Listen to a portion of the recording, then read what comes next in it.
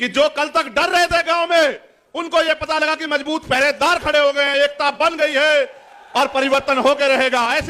ऐसी लहर जो जब छाई, तो इसके विरोध में मैं चेतावनी के तौर पर कह रहा हूं, हो सकता है जातिगत झगड़े करा दिए जाएं। एनसीआरबी का डाटा कहता है कि महिलाएं यहां सुरक्षित नहीं है। इस प्रदेश को मजबूत और सुरक्षित हाथों की जरूरत है। और जब मैं देखता हूं तो कोई नजर नहीं आता।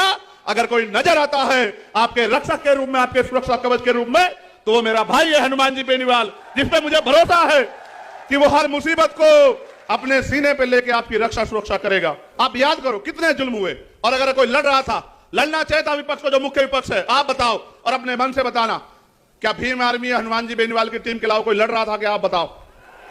हर 5 साल बाद आप वोट देते हो, कभी इनसे पिट के इनको वोट देते हो, कभी इनसे पिट के इनको वोट देते हो। ए मेरे लोगों, वोट का अधिकार शक्ति का अधिकार है, शक्ति का सूत्र है। आपकी जो समस्याएं हैं, मैं ऐलान करके कह रहा हूं, बिना अपने भाई से पूछे, आपकी जो समस्या आज आप लिख के दे जाओ। दोनों खेल खेल रहे हैं कि कैसे आपका बेवकूफ बना। कब तक लुटते रहोगे, कब तक पिटते रहोगे? ये एकता बन गई है, इसको रोकने के लिए षड्यंत्र होंगे, लेकिन इसको कोई और नहीं रोक सकता। इसको रोकोगे तो आप, और इसको ताकत दोगे तो आप। दोनों लड़ाके हैं और ऐसी लड़ाई लड़ेंगे कि सब लोग याद रखेंगे। इसलिए कह रहा हूं, बहुत दिन हुए आपको लोगों को बनाते हुए। मैं आपसे पूछना चाहता हूं कि क्या मैं आपकी रक्षा सुरक्षा की जिम्मेदारी हनुमान जी बेनीवाल को दे दूं या ना दे दूं? बताओ।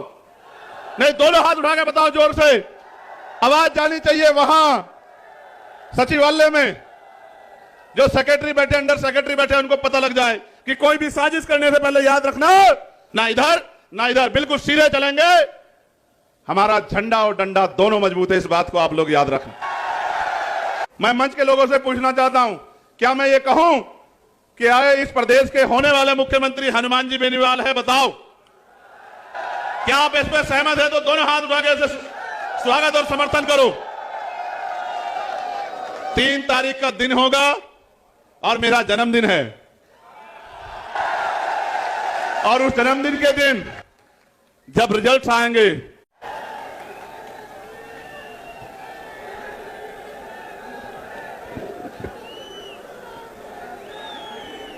जय भीम। और राजस्थान की महान जनता को मेरा दोनों हाथ जोड़ के नमस्कार, सत श्री अकाल, सलाम। मेरे प्यारे साथियों, सबसे पहले तो राष्ट्रीय लोकतांत्रिक पार्टी के 5वें स्थापना दिवस की आपको बहुत बहुत बधाई और मंगल कामनाएं। मैं इसलिए आपसे पहले ही माफी मांग रहा हूं क्योंकि मुझे जाना है। आप जानते हैं मैंने कभी मुसीबत में आपका साथ नहीं छोड़ा, लेकिन आज एक समस्या यह है कि जैसे आप प्यार करने वाले लोग यहां हो, ऐसे ही उत्तर प्रदेश में जो प्यार करने वाले लोग हैं, उन्होंने भी सभा बुला रखी। उनकी सभा 11 बजे की थी। मैंने बड़ी मुश्किल से उनसे निवेदन करके कहा कि मैं थोड़ा देर से आऊंगा, आ जाऊंगा। तो मैं जो चंद बातें आपसे कहूंगा आप उनको सुन लेना, लेकिन मैं आपसे एक वादा कर रहा हूं कि जब तक मैं इस किसान कमेरी कौम को कुर्सी पे बैठने की ताकत यहां राजस्थान में हम लोग मिलकर दोनों भाई नहीं देते, तब तक मैं आपको छोड़ के जाने वाला नहीं। ये बात याद। इस मंच पर उपस्थित भीम आर्मी, आजाद समाज पार्टी, राष्ट्रीय लोकतांत्रिक पार्टी के सभी सम्मानित नेतागण, हमारी पार्टी के प्रभारी अध्यक्ष और एक एक हमारे कार्यकर्ता प्रत्याशी, और आज इस सभा के दूल्हे के रूप में जो यहां मौजूद हैं, वो जो राजस्थान की जान शान है, जिसको दूर से मैंने लड़ते देखा आपके हक अधिकारों के लिए, और लड़ने का हौसला तो मंच पे भी दिखा देते हैं कभी कभी। मैंने तो ये जिम्मेदारी ली है कि मैं इनको रोकता रहूंगा। अगर ये अब कभी भी लड़ेंगे तो ये आपके हकों के लिए लड़ेंगे, आपके अधिकारों के लिए लड़ेंगे, आपके मान सम्मान के लिए लड़ेंगे। ये फैसला करके हम इकट्ठे हुए हैं। भाई हनुमान जी बेनीवाल, आपका धन्यवाद। आपने इस रैली में हमें आमंत्रित किया। बहुत कम समय में आपने बहुत बड़ी ताकत यहां दिखाई। सम्मानित साथियों, समय समय पे भारत की धरती पे जन्मे सभी संतों, गुरुओं, महापुरुषों को नमन करता हूं, और जिनको मैं नेता मानता हूं, जिनमें राष्ट्रपिता ज्योतिबा फूले, साहू जी महाराज, डॉक्टर बाबा साहब अंबेडकर, सर छोटू राम, चौधरी चरण सिंह, महामना रामस्वरूप वर्मा, मान्यवर दीना भाना वाल्मीकि, ऐसे बहुत सारे महापुरुष जिन्होंने अपना पूरा जीवन हम कमजोर कमेरों को, किसानों को आगे बढ़ाने के लिए लगाया। उनके उस रास्ते को आगे बढ़ाते हुए मैं और ये जब बैठे, चर्चा तो बहुत दिन से चल रही थी। 2 घंटे में हमने अगर कोई बात की थी तो वो राजनीतिक नहीं थी।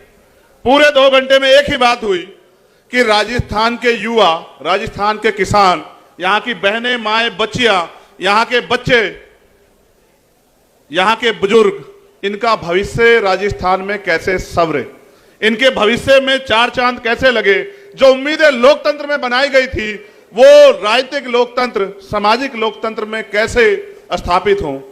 मेरे आज भी याद है, देश गुलाम था और डॉक्टर बाबा साहब अम्बेडकर और सर छोटू राम इस बात के लिए लड़ रहे थे कि जिनको हाशिए पर रखा गया व्यवस्था में, उनको कैसे तरक्की दी जाए। देश राजे रजवाड़ों के हाथ में था और देश में राजतंत्र था। राजा महाराजा जैसे चाहते थे वैसे देश की जनता प्रजा शासित होती थी। ना हक थे ना अधिकार। जो राजा ने कह दिया, राजा ने कहा दिन तो प्रजा ने कहा दिन, राजा ने कहा रात तो प्रजा ने मान लिया रात। और ये बहुत लंबे समय तक चलता रहा। फिर एक ऐसा समय आया कि देश में लोकतंत्र आया। देश में जब लोकतंत्र आया तो समस्या ये थी कि एक तरफ आर्थिक रूप से गैर बराबरी थी, एक तरफ बड़े बड़े महल और एक तरफ गरीबों की झोपड़ियां, दूसरी तरफ सामाजिक आधार पर गैर बराबरी थी, छुआछूत थी, ऊंच नीच थी। मैंने चौधरी कुंभाराम आर्य के आंदोलन को पढ़ा कि किस तरह से उन्होंने लोगों को जगाने के लिए कितना काम किया और किस तरह से आपका नेतृत्व किया समाज को अपने पैरों पर खड़ा करने के लिए। असल लड़ाई ये थी कि लोकतंत्र तो आया था, लेकिन पैसे वाले लोगों ने तय किया कि वोट इनके पास चला गया है। वोट को रोकने के लिए भी षड्यंत्र हुए। कोई कहता वोट उसको मिलेगा जो पैसा वाला है, कोई कहता उसको वोट का अधिकार मिले जिसके पास जमीन जायदाद है, कोई कहता उसको मिले जिसके पास व्यापार है। हमारे नेता लड़ रहे थे कि लोकतंत्र लोकतंत्र तब होगा जब अंतिम व्यक्ति को भी सरकार चुनने का अधिकार मिलेगा। ये राजतंत्र नहीं है कि राजा चंद लोग चुन के तय कर दें। ये लोकतंत्र है, जनता जिसे चाहेगी, चाहे वो किसान का बेटा हो, चाहे वो मेहनत कश कौम का बेटा हो, चाहे वो गरीब का बेटा हो, उसको आगे बढ़ाना चाहे तो बढ़ा सकती है। तमाम साजिशों के बाद जब बाबा साहब अम्बेडकर ने अपने 4-4 बच्चों की कुर्बानी के साथ आपको वोट का अधिकार दिया तो लोगों ने कहा, जो विरोधी लोग थे कि वोट इनके पास है, नोट हमारे पास है, इनकी वोट को नोट से खरीद लेंगे, लोकतंत्र आने नहीं देंगे। हमारे महापुरुष घर से निकले, गली गली गए, लोगों को समझाने का काम किया है। मेरे सीधे साधे लोगों, अपनी ताकत को समझो। ये वोट आपको गुलामी के लिए नहीं मिली, ये वोट आपको बिकने के लिए नहीं मिली। मेरे आज भी याद है मान्यवर काशीराम साहब, उन्होंने अपने जीवन की एक सुख सुविधाएं लगा दी। मगर मैं मानता हूं परिवर्तन एक सतत प्रक्रिया है। चंद दिनों में नहीं बदलाव हो सकता था। ताकतवर लोगों ने रास्तों में कठिनाइयां लगाई। आज जब हम आ रहे थे, रथ चल रहा था, सामने को रुकावट आ गई तो हनुमान जी बेनीवाल मुझसे बोले, पत्रकार साथी भी वहां थे, कि ये रथ रुकेगा नहीं। ये रथ अब अगर रुकेगा तो जयपुर की कुर्सी पे बैठ जाके रुकेगा। तो वो बात मेरे दिल में आई कि कितनी कठिनाइयों के बाद भी जो फैसले हमने लिए वो मजबूत होते गए। हमारे महापुरुष निकले, लोगों को जगाते रहे। आज उस कारवा को, उस एकता को जो नेचुरल एकता है, मैं आपको दिल से कह रहा हूं और मैं आपको चेतावनी के तौर पे भी कह रहा हूं। आज हमने एकजुट बना, एक गठजोड़ बनाया। गांव में रहने वाली, क्योंकि शहर की अपेक्षा गांव में हमारे ज्यादा लोग रहते हैं, उनके चेहरे पे खुशहाली आई। मुझे मेरे साथियों ने बताया कि जो कल तक डर रहे थे गांव में, उनको यह पता लगा कि मजबूत पहरेदार खड़े हो गए हैं, एकता बन गई है और परिवर्तन होकर रहेगा। ऐसी लहर जो जब छाई तो इसके विरोध में मैं चेतावनी के तौर पे कह रहा हूं, हो सकता है जातिगत झगड़े करा दिए जाएं, हो सकता है कि लोगों को गुमराह किया जाए। यह हमारी मातृशक्ति बैठी है, आपके भविष्य का फैसला है। अन्याय अत्याचार उस कौम पे होंगे जिनके पास राजनीतिक शक्ति नहीं होगी। और मैं नौजवानों से कहना चाहता हूं, अगर अपना उचित भविष्य चाहते हो, रोजगार चाहते हो, 90 लाख वोटर हो आप लोग राजस्थान में, जो नौजवान है जो फैसला करेगा कि कुर्सी पे कौन बैठेगा, मैं उन सबको कहना चाहता हूं। मैं एक नौजवान हूं, बेरोजगारी के दर्द को समझता हूं और यह भी समझता हूं कि किस तरह माँ बाप अपने बच्चे का पेट काट काट के आगे बढ़ाते, जमीन पे गिरवी रख के। और किसान का मेरी कौम से आता तो जानता हूं। हमारे तो सारे रास्ते बंद कर दिए। हमारे लोग आर्मी में चले जाते थे तो अग्निवीर बना के हमारा फ्यूचर खत्म कर दिया। पुलिस में और फोर्स में जाते थे, भर्तियां बंद है। और जो भर्तियां होती है, पेपर लीक होता है, सामूहिक बस में बैठ के बिना सत्ता के संरक्षण में नहीं हो सकता। महंगाई बेरोजगारी ने कमर तोड़ दी है। और आपको जान के आश्चर्य होगा मेरे लोगों, एनसीआरबी का डाटा कहता है कि महिला यहां सुरक्षित नहीं है। इस प्रदेश को मजबूत और सुरक्षित हाथों की जरूरत है। और जब मैं देखता हूं तो कोई नजर नहीं आता। अगर कोई नजर आता है आपके रक्षक के रूप में, आपके सुरक्षा कवच के रूप में, तो वो मेरा भाई है हनुमान जी बेनीवाल, जिसपे मुझे भरोसा है कि वो हर मुसीबत को अपने सीने पे लेके आपकी रक्षा सुरक्षा करेगा। और इसी बात के साथ हम इकट्ठा हुए कि 80 लाख लोग वो जिन्होंने भारतीय जनता पार्टी कांग्रेस के खिलाफ वोट किया, और 90 लाख नया वोटर। और हम गली गली जाएंगे। आज भले मेरे पास समय कम हो, लेकिन रोज समय कम नहीं रहेगा। मैं आपकी गली गली ढाणी ढाणी आऊंगा आपको जगाने के लिए, और आपसे निवेदन करूंगा मेरे लोगों, अगर चाहते हो कि नासिर जुनैद के साथ जो हुआ, असगर के साथ जो हुआ, एसआई मीणा जी के साथ जो हुआ, अगर चाहते हो इस सरकार को, पीसी सरकार को देखो जो आपसे कहेंगे कि बीजेपी के नाम पे हमें वोट दो, बीजेपी आ जाएगी। आप याद करो, इंद्र मेघवाल, जितेंद्र मेघवाल, ओम प्रकाश रायगर, तुलाराम गुजर, बहन तोलाराम गुजर, आप याद करो कितने जुल्म हुए। और अगर कोई लड़ रहा था, लड़ना चाहिए था विपक्ष को, जो मुख्य विपक्ष है, आप बताओ और अपने मन से बताना, क्या भीम आर्मी या हनुमान जी बेनीवाल की टीम के अलावा कोई लड़ रहा था? क्या आप बताओ, क्यों नहीं लड़ रहा था? क्या हमारी वोट की कोई वैल्यू नहीं है? मैं आपसे कहना चाहता हूं, आपने लोकतंत्र आने के बाद अपनी शक्ति को नहीं समझा। आपने लोकतंत्र आने के बाद इन लोगों पे भरोसा किया। हर 5 साल बाद आप वोट देते हो, कभी इनसे पिट के इनको वोट देते हो, कभी इनसे पिट के इनको वोट देते हो। ए मेरे लोगों, वोट का अधिकार शक्ति का अधिकार है, शक्ति का सूत्र है। आपकी जो समस्याएं हैं, मैं ऐलान करके कह रहा हूं, बिना अपने भाई से पूछे, आपकी जो समस्या आज आप लिख के दे जाओ। मैं पूरे राजस्थान के वासियों से कहना चाहता हूं, अपनी समस्याओं को लिख के दे जाओ। ये तुमसे झूठे मैनिफेस्टो लेके आते हैं, रोजी रोटी के लिए वोट नहीं है। रोजी रोटी तो मेहनत कष्टों में कमा के खा ही लेते हैं। हमने तो वो भी दिन देखे कि बहुत सारे लोग, मैं राजस्थान की बात करूं तो ये मेरी बात जान लो, आपकी जो समस्या उनको लिख के दे जाओ, उसी का मैनिफेस्टो बना देंगे और 6 महीने में एक आपकी मांग पूरी करके दिखा देंगे। आप मेरी बात को याद रखना, ये राजस्थान है। इतने सरकारें बनी, क्या पीने के लिए साफ पानी की व्यवस्था, मीठे पानी की व्यवस्था कराई तुम्हारे लिए? ईआरसीपी का से आपको लाभ मिलता, 13 जिलों को मिला के आपको लाभ। दोनों खेल खेल रहे हैं कि कैसे आपका बेवकूफ बना। कब तक लुटते रहोगे, कब तक पिटते रहोगे? ये एकता बन गई है, इसको रोकने के लिए षड्यंत्र होंगे, लेकिन इसको कोई और नहीं रोक सकता। रोकोगे तो आप, और इसको ताकत दोगे तो आप। जितनी ताकत में आज आप यहां आए हो, आज से लड़ाई शुरू हुई है, खत्म नहीं हुई। आज के बाद आपको करना यह है कि आपको गांव गांव जाना है, इस एकता का बिगुल बजाना है, अपनी एकता की ताकत दिखाना है, और अपने कमजोर भाइयों के हाथ पकड़ के उनको यह विश्वास दिलाना है कि बहुत हुआ, बहुत दिन अलग अलग रहे और अलग अलग होकर सताए जाते रहे। अब समय बदल गया है, ऊपर वालों ने हाथ मिला लिया है तो नीचे वाले भी हाथ मिला के एकता बना लें। और फिर मैं ये कहता हूं कि एक ऐसा सूरज निकलेगा। समय कम ना होता तो मैं आपको बहुत कुछ सुनाता, मगर मैं आपको वादे के तौर पे कह रहा हूं, मैं 1 लाख लोगों में भी वही बात कहता हूं और 10 लोगों में भी वही बात कहता हूं। वोट का अधिकार आपकी तरक्की तय करेगा। अगर आप चाहते हो कि नौजवान ठगे जाएं, पेपर लीक हो, भर्तियों में घोटाले हो, महिलाएं सुरक्षित हो, ये महिलाएं नहीं है, ये हमारे घर का सम्मान है, ये हमारी बहन बेटियां हैं। हम तो किसान कमेरे के औलादे, हम जानते हैं, हमने सीखा है देश के बॉर्डर पे देश की रक्षा करना और घर गांव क्षेत्र में अपनी बहनों के मान सम्मान की रक्षा करना। लेकिन आपने देखा किस तरह से जुल्म जाति बढ़ रही है। उसको बढ़ने का एकमात्र कारण है कि सत्ता के संरक्षण में अपराधी फल फूल रहे हैं, और कोई नहीं चाहता कि परिवर्तन हो। जो स्थापित लोग हैं वो नहीं चाहते, जनता चाहती है परिवर्तन हो, और जनता ये चाहती है कि कोई किसान का बेटा, कोई मेहनत करने वाला बेटा यहां जयपुर की कुर्सी पे बैठे।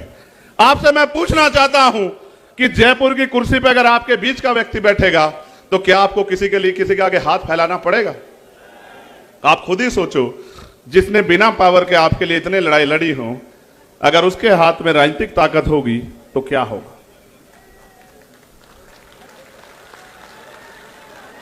वो आपको बहकाने का प्रयास करेंगे, आपको बांटने का प्रयास करेंगे, आपको लालच देने का प्रयास करेंगे। आपने देखा नहीं, जब से मोर्चे की शुरुआत हुई, कहीं की तो लिस्टें बदल गई हैं, कहीं की लिस्टों पे रिव्यू चल रहा है, कई घोषणाएं गारंटी दी जा रही है। मैं ये पूछना चाहता हूं, जिनकी सरकारें थी उनको गारंटी क्या जरूरत है? कर देते ना। अगर आप नहीं कर सकते हो, मौका दे के देखो हमारे भाई को, फिर आप बताना आपका 5 साल का काम और 6 महीने में जो करेंगे, इतिहास याद रखेगा कि किसी बहादुर ने ताकत संभाली है। इसको, इस बहादुरी को आगे बढ़ाओ, गांव गांव गली गली जाके इस एकता को बनाओ। ये नीला और पीला एकजुट होके आगे बढ़े। एक और षड्यंत्र होगा, मैं अपने सीनियर लोगों को कहना चाहता हूं, मीडिया के लोगों ने कहा, इसलिए मैं हनुमान जी बेनीवाल का और अपने साथियों का ध्यान आकर्षित करूंगा। वो कहते हैं दलित और जाट का गठबंधन हुआ है। झूठ। दलित और जाट तो इसके पिलर हैं। वो तो अपने कंधे में बिठा के इस प्रदेश की सत्ता तक हनुमान जी बेनीवाल को लाने वाले हैं। वो तो इसके पिलर हैं। लेकिन ये असल गठबंधन हर पीड़ित का है, कमजोर का है। ये झूठी बातें मत करो बांटने वाली। ये किसान कमेरों का उस सोच का गठबंधन है जिस सोच से परिवर्तन होगा। अगर ना आता लोकतंत्र, ना होते अवसर, आपकी गलियों में कोई नहीं आता मेरे लोगों, आपसे बात कोई नहीं करता। ये वोट का अधिकार है जो आपके पास लोगों को खींच के लाता। इस बार दूरी कर दो उनसे जो आपके अधिकारों से दूरी जाते हैं। लोकतंत्र खतरे में है, लेकिन बचाएगा कौन? ये जो नीले झंडे वाले हैं, ये जो किसान कमेरों के बेटे, मैं पूछना चाहता हूं कि अगर भारतीय संविधान खतरे में है तो ये स्थापित दल तो यही क्यों खतरे में आया? क्योंकि उनको फर्क नहीं पड़ता कि गरीब की जिंदगी में उजाला कैसे आएगा। अगर वास्तविकता में चाहते हो, ये आज के ये सिर्फ विधानसभा का अलायंस नहीं है, हमने तय किया है कि उत्तर भारत में हम इस अलायंस को लेके जाएंगे। और इसका प्रशिक्षण बताता हूं, मीडिया के लोग एनालिसिस कर लेना। उत्तर प्रदेश के खतौली में एक सीट पड़ती है जो 3 बार से भारतीय जनता पार्टी जीतती आई, 3 बार से, और वो कहते हैं हमारी घर की सीट है। और मीडिया ने भी कहा इसको हरा नहीं सकते। जब हमने वहां किसान कमेरों का गठजोड़ बनाया तो 22,500 से हरा के भेजा भारतीय जनता पार्टी को, 22,500 से। क्योंकि हम काम करना जानते हैं और हम ये भी जानते हैं कि लड़ाई कैसे लड़नी है, और हम ये भी जानते हैं कि किसको कैसे तैयार करना है। मैं मानता हूं कि हम दोनों की ताकतें एक जैसी हैं, दोनों भाइयों की। कहते हैं संघर्षों के साए में घनघोर जवानी पलती है और इतिहास उधर झुक जाता है जिस ओर जवानी चलती। मैं इनको रोकता रहूंगा सिर्फ इसलिए कि कहीं कोई किसी साजिश के शिकार ना हो जाए। ये आदमी मन से बड़ा सच्चा है, गुस्सा इसलिए करता है। क्रिकेट अगर देखोगे तो समझ आएगा, जो ऑलराउंडर होता है ना वो सारी पिच पे घूमता फिरता है कि कहीं से टीम कमजोर ना पड़ जाए, इसलिए अपने लोगों को डांटता है और मन से डांटता है, प्यार करता है, वैसे नहीं डांटता। और अब तो आपकी टीम पे 2-2 ऑलराउंडर है, 2-2 ऑलराउंडर है आपकी टीम पे, और दोनों लड़ाके हैं और ऐसी लड़ाई लड़ेंगे कि सब लोग याद रखेंगे। इसलिए कह रहा हूं, बहुत दिन हुए आपको लोगों को बनाते हुए। मैं आपसे पूछना चाहता हूं कि क्या मैं आपकी रक्षा सुरक्षा की जिम्मेदारी हनुमान जी बेनीवाल को दे दूं या ना दे दूं? बताओ। नहीं, दोनों हाथ उठा के बताओ, जोर से आवाज जानी चाहिए। वहां सचिवालय में जो सेक्रेटरी बैठे, अंडर सेक्रेटरी बैठे, उनको पता लग जाए कि कोई भी साजिश करने से पहले याद रखना कि एक ऐसा विकल्प बन रहा है जो राजस्थान की तकदीर तो बदलेगा, लेकिन राजस्थान की तकदीर और राजस्थान के नौजवानों के सपने कुचलने वालों को भी सबक सिखाने का काम करेगा। इसलिए मैं आपसे कहना चाहता हूं, मैं आपकी हर रैली में आऊंगा, खूब मेहनत करेंगे और जो भी पीड़ित है, शोषित है, उसकी लड़ाई लड़ेंगे। और असल मजा तब आएगा जब राजनीतिक शक्ति आपके हाथ में आएगी, फिर ना कोई पेपर लीक होगा। मैं तो पर्सनल एक एक्सपीरियंस बताता हूं। मेरे पिताजी प्राइमरी स्कूल के हेडमास्टर थे। जब वो बीमार हुए, मैं बहुत सारे अस्पतालों में लेके उनको घूमा, और मैं ईमानदारी से कह रहा हूं, अगर मेरे पास पैसे होते तो मैं अपने पिता को बचा लेता। यार, इस देश में गरीबों की कोई इज्जत नहीं है, ना ही उनकी जिंदगी किसी को परवाह। और फिर मैंने तय किया कि मैं अपने पिता को नहीं बचा पाया, लेकिन मैं प्रयास करूंगा संघर्ष करके अपने साथियों के साथ कि किसी और के पिता को, किसी की बहन को, मां को अच्छा इलाज ना मिलने कारण मरने ना दूं। मैं बहुत कुछ सह के देख के आया।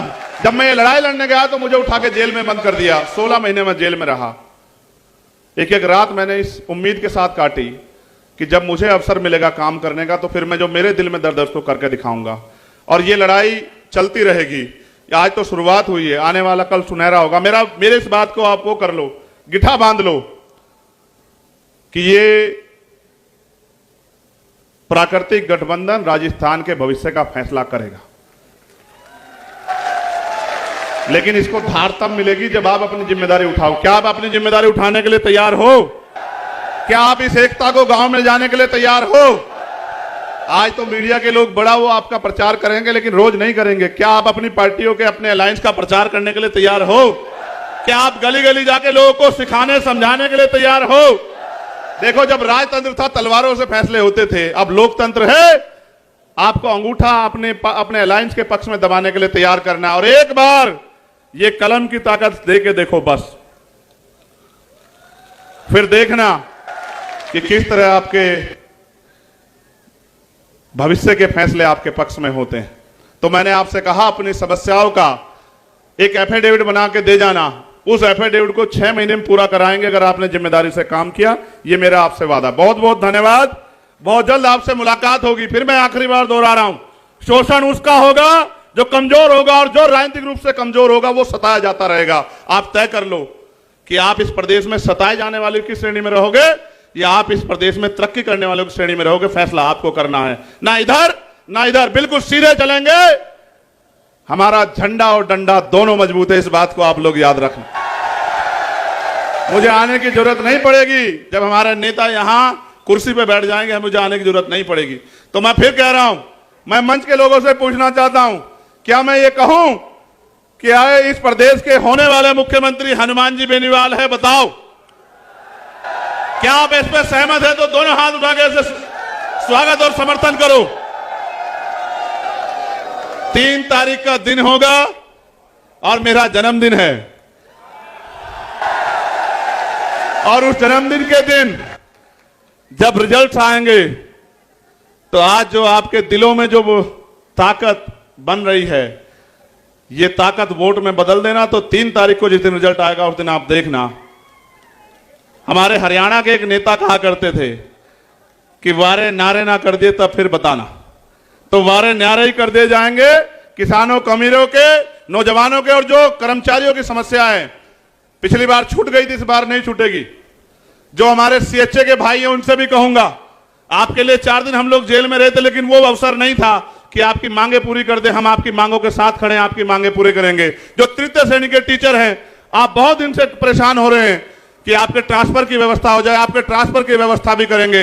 हर एक व्यक्ति की लड़ाई लड़ेंगे, बस वो ताकत दो जिससे लड़ाई पूरी है। बहुत बहुत धन्यवाद। जय भीम, जय भारत, जय मंडल, जय जोहार, जय संविधान। और आप सभी के लिए को बहुत बहुत बधाई और आपके गठबंधन को बधाई। हमारी एकता जिंदाबाद। जय जवान, जय जवान, जय जवान। किसी की बातों में मत आना, बहुत आएंगे बहरूपिये धोखा देने के लिए। लक्ष्य रखो मौके के लिए, मौका आपके हाथ में है। कुछ दिन की बात है, अब जब सभा होगी रिजल्ट के बाद तो वो